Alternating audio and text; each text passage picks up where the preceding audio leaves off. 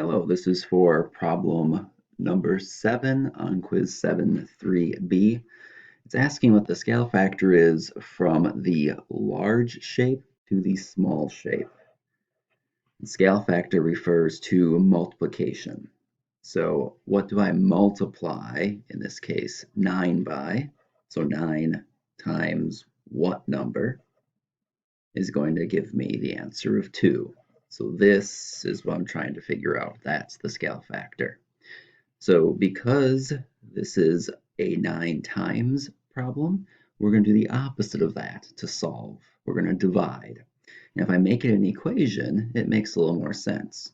So 9 times what number, that's my variable, is equal to 2.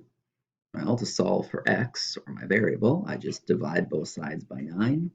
And you can see that 2/9, or as a decimal, 2 divided by 9, is 0.2 repeating. So either 2/9 or 0.2 repeating is the scale factor from the large rectangle to the smaller rectangle.